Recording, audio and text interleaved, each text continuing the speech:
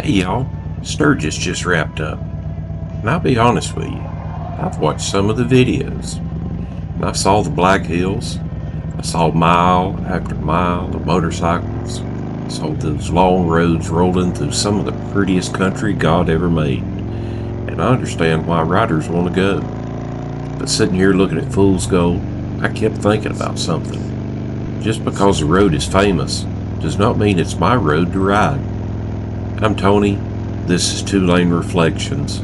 I find God out here on these two-lane back roads from the saddle of Fool's Gold, my old road glide. Some ride quiet, some ride loud, but a hand wave from the roadside can turn a stranger into crowd. Out here on these two-lane roads, strangers are just friends we haven't met yet. The road gives me time to think, but the King James Bible is where I go to make sure those thoughts are headed in the right direction. Every time Sturgis rolls around, you hear somebody say the same thing. Every real biker ought to go at least once. Well, maybe you believe that, and I understand why. Needles Highway looks like an incredible motorcycle road. So does Iron Mountain Road and Spearfish Canyon. I would love to see those hills from the saddle of Fool's Gold. I'd like to ride through all of that country, stop along the way, take in what the Lord created out there. But I could do that at another time. Because when it comes to the rally itself, especially the drinking, the public nakedness, the sexualized entertainment, the partying, and everything surrounding that part of it, I do not believe that is good ground for me to stand on. I want to be careful here. Sturgis is not one single kind of place filled with one single kind of person. There are good people out there. Veterans, families, working people, vendors, motorcycle lovers, Christian ministries, first responders, and riders who traveled a long way just to see the country. Now, I'm not passing judgment on every person who attends. I'm telling you where I stand and why I believe the Lord has me standing there. I've been riding motorcycles since I was 10 years old. I've spent most of my life around motorcycles and motorcycle people. Nobody needs to convince me that I love riding. But I don't have to prove I'm a biker by riding into a place where my spirit has no peace. And I don't need no rally wristband to know where I belong. The Bible says in Proverbs chapter 4, verses 26 and 27, "Ponder the path of thy feet, and let thy ways be established. Turn not to the right hand, nor to the left. Remove thy foot from evil." Well, that word ponder means you stop and consider where you're going. You do not let the crowd choose the route for you. You think about what's ahead. You consider where the road leads, what you will face when you arrive, and what condition you may be in when you come back. Before I leave on a long ride, I check the weather. I look over the route. I think about fuel stops, and I make sure Fool's Gold's ready to go. If I learn that a road is washed out or covered in ice or closed ahead, I choose another route. I don't ride straight into it just to prove I'm brave. There is no wisdom in creating trouble you could have avoided. Spiritually, we need to give our path at least that much thought. Where is this taking me? What will it put in front of my eyes? What will it stir up inside me? Will it honor my wife? Will it protect my testimony? Can I enter that place with a clear conscience before God? When I come home, will I be carrying something in my mind that never needed to be there? Those are all fair questions. The road may look exciting. The people around us may say we're missing out, but none of them will have to answer for the decisions we make. I will be answering for Tony. and you will be answering for yourself.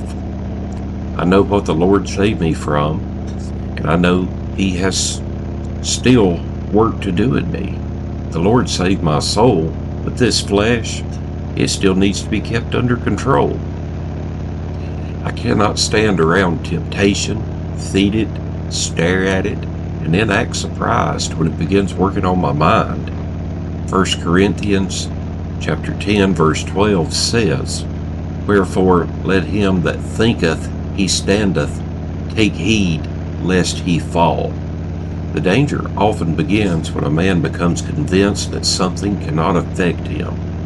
He says, "I can handle it," or "I've seen worse. I'm just there for the motorcycles. Everybody else is doing it." Well, maybe he can handle it for a while. But the Lord knows what's happening inside that man, even when nobody else sees it.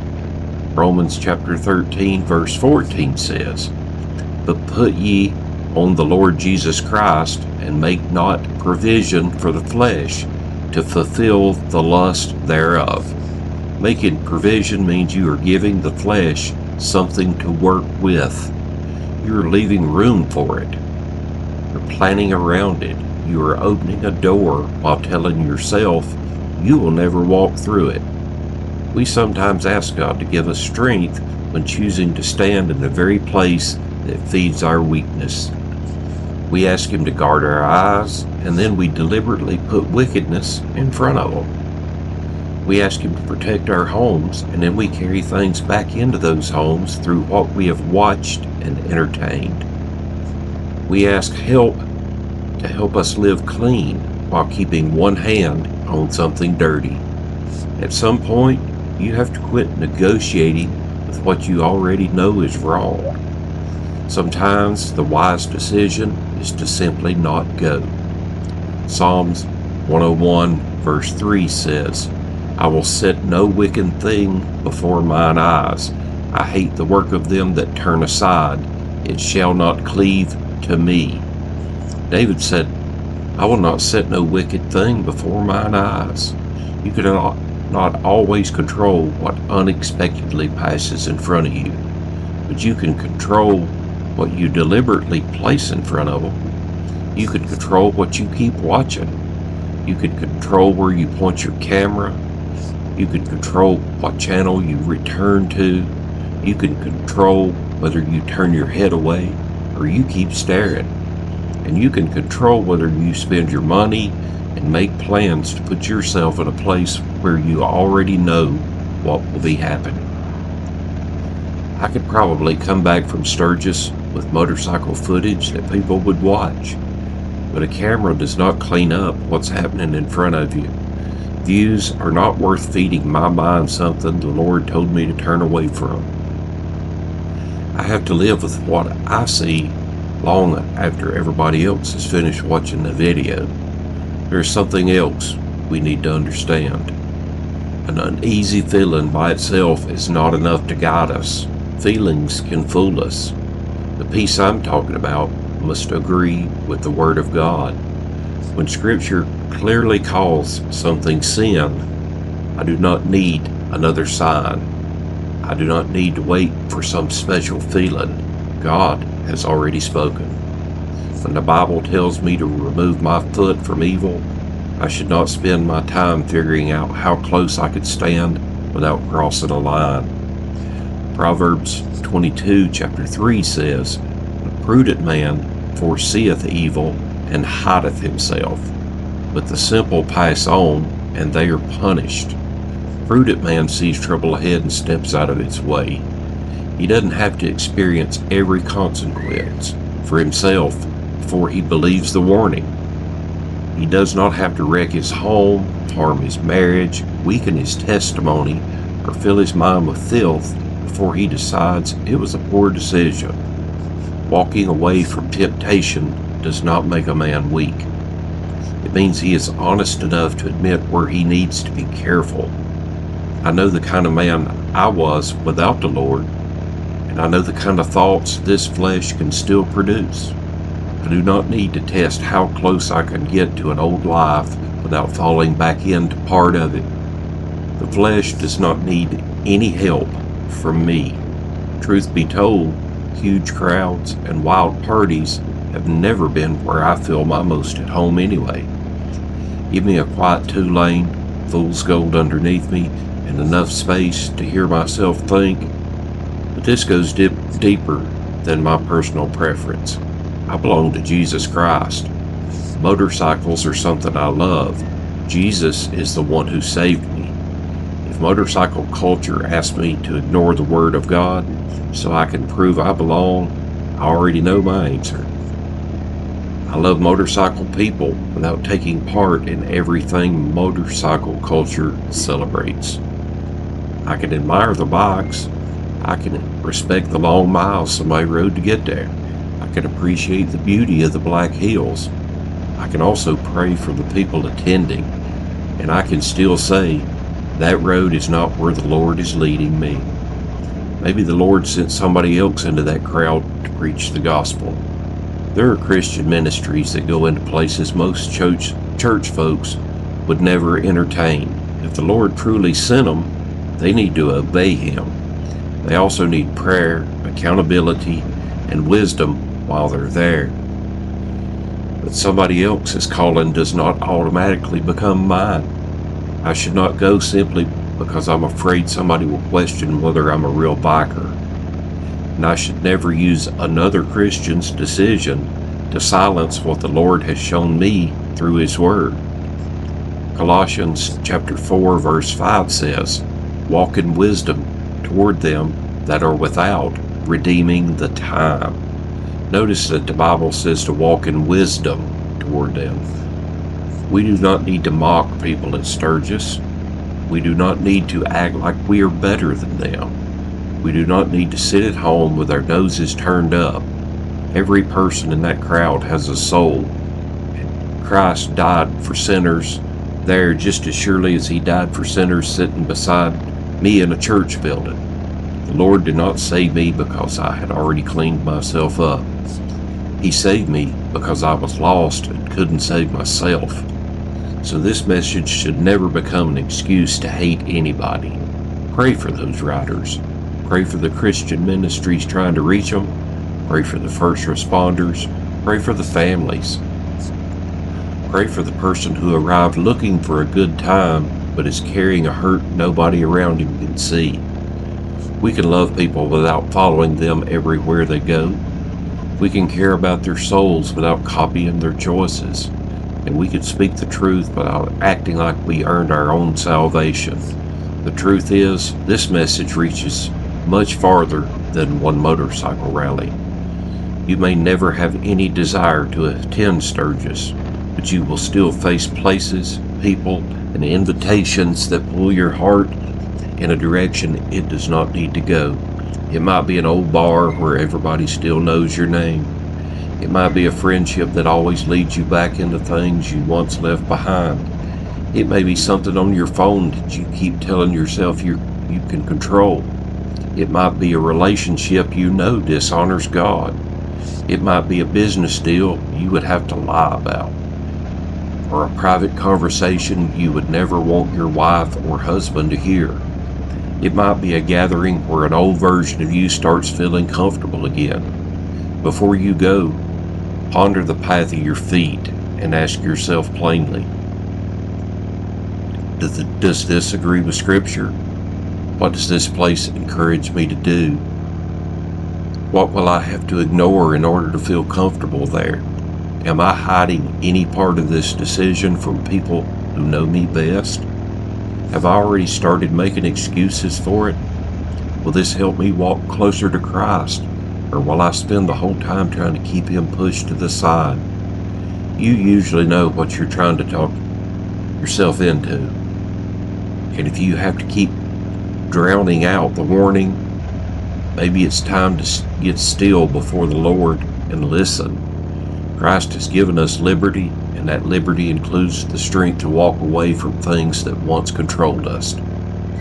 You do not owe every invitation a yes. You do not owe every crowd your presence. You do not owe every road a ride. There are too many good roads left to travel. There are too many quiet places where a man can get alone with God. There are too many people who need encouragement, and there is too much at home worth protecting. I would rather miss one famous rally than spend months trying to get something out of my mind that never needed to enter it. I'd rather ride fool's gold down a quiet Carolina back road with peace in my heart than sit in the middle of 10,000 motorcycles while my conscience keeps telling me I do not belong there. Not every road calls your name deserves your answer. Some roads look exciting, but they pull you somewhere you don't need to go. Some crowds make you feel like you belong, but can they also make you forget who you belong to? Some places may be full of motorcycles, but that does not mean they are full of peace. I don't have to prove I'm a biker by riding into a place where my spirit has no peace, and neither do you. You can respect the people who go while obeying the conviction that keeps you away. You can appreciate the motorcycles without joining the party. You can love the riders while refusing the things that would harm your walk with the Lord. My choice comes from knowing my own weakness, believing what God said, and protecting what He placed in my care. Maybe one day I will ride fool's gold through those black hills. I would like that, but I don't need the rally to enjoy those roads. There's plenty of country left to see, plenty of miles left to ride, and plenty of good work the Lord can do in a man who is willing to ponder the path of His feet. Let us pray. Father, thank you for every mile you allow us to travel. Thank you for the motorcycles we enjoy, the roads we ride, and the people we meet along the way. Lord, give us wisdom about where we go and what we place before our eyes. Lord, help us recognize places that feed our weakness, keeps us from pride, keeps us from believing we are too strong to fall. Lord, show us where we've been making provision for the flesh and give us the courage to close those doors, remove our feet from evil. Lord, help us love people without following them into sin. Lord, give us compassion for the lost, strength to stand on your word, and enough honesty to admit a place is not good for us. Lord, establish our ways, guard our homes, protect our testimonies, keep our eyes fixed upon Jesus Christ.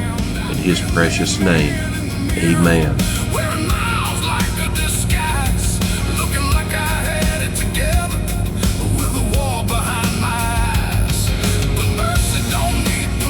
If you have never trusted Jesus Christ, avoiding the wrong places will not save your soul. You cannot earn salvation by staying away from the rally, putting down a bottle, or cleaning up your reputation. Jesus Christ died for your sins, He was buried, and He rose up again on the third day. The Bible says in Romans chapter 10, verse 13, "For whosoever shall call upon the name of the Lord shall be saved." You can call on Him right now where you're at. Come to Him honestly, admit that you're a sinner, believe the gospel, ask Him to forgive you and save you. If you already belong to Christ, if you know you can walk Him toward something He told you to leave alone, quit trying to bargain with it. Ponder the path of your feet, turn around while you still can. There is no shame in choosing another road than the road that leads you closer to the Lord. Lord willing, I'll catch you on the next mile. And if the Lord dealt with your heart today, will you answer Him or keep putting Him off?